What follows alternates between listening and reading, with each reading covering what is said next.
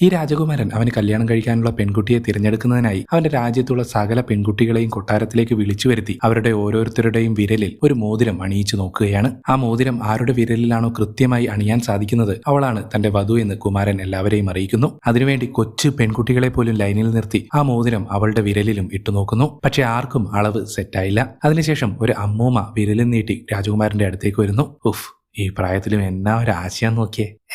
അതിനായിരിക്കൂല, കൊച്ചുമോനായി വളർത്താനാവും അല്ലെ. എന്തായാലും രാജകുമാരനും ഒരു ഉളുപ്പും കൂടാതെ മോതിരം അമ്മൂമ്മയുടെ വിരലിലും ഇടുന്നു. പക്ഷെ സെറ്റായില്ല. അതോടെ പാവം അമ്മൂമ്മ നിരാശയോടെ മടങ്ങി. തുടർന്ന് ഒരു പെണ്ണ് വന്ന് എന്റെ കയ്യിൽ ഇതിട്ട് നോക്കണ്ട, വെറുതെ എന്റെ മനസ്സിൽ ആശ വളർത്തരുത് എന്ന് പറഞ്ഞെങ്കിലും രാജകുമാരൻ അവളുടെ വിരലിലും ഇട്ടു നോക്കി. അവൾക്ക് മോതിരം സെറ്റായില്ല. അതോടെ അവൾ കരഞ്ഞുകൊണ്ട് ഓടിപ്പോയി. ഇതേപോലെ ആ നാട്ടിലെ സകല പെൺകുട്ടികളെയും ചെക്ക് ചെയ്ത് കഴിഞ്ഞു. ആർക്കും മോതിരം സെറ്റായില്ല. ഇത് കണ്ട രാജാവ് ഇനി എന്ത് ചെയ്യുമെന്ന് മകനോട് ചോദിക്കുന്നു. അതിന് രാജകുമാരൻ അരമനയിലെ പണിക്കാരി പെൺപിള്ളേരെയും അവിടേക്ക് കൊണ്ടുവരാൻ പറയുന്നു. പണിക്കാരികളും തോഴിമാരും ഒക്കെ ആ മോതിരം സെറ്റാവുമെന്ന ആശയോടെ അങ്ങോട്ടേക്ക് എത്തി. ചിലർക്കാവട്ടെ വലിയ താല്പര്യമൊന്നും ഉണ്ടായിരുന്നില്ല താനും. പക്ഷെ ആ മോതിരം ആരുടെ വിരലിലും ചേർന്നിരുന്നില്ല. അവസാനമായി ഡോങ്കി സ്കിൻ അണിഞ്ഞ ഒരു പെൺകുട്ടി അവിടേക്ക് വരുന്നു. അവിടെയുള്ളവരെല്ലാം അവളെ പുച്ഛത്തോടെയും അവജ്ഞയോടെയുമാണ് നോക്കിയത്. പക്ഷെ ആ മോതിരം അവളുടെ വിരലിലാണ് കറക്റ്റായി സെറ്റായത്. അതോടെ അവൾ ഡോങ്കി സ്കിൻ അഴിച്ചു മാറ്റുന്നു. നോക്കിയപ്പോഴോ ആരും അതിശയിച്ചു പോകുന്ന അതിസുന്ദരിയായിരുന്നു അവൾ.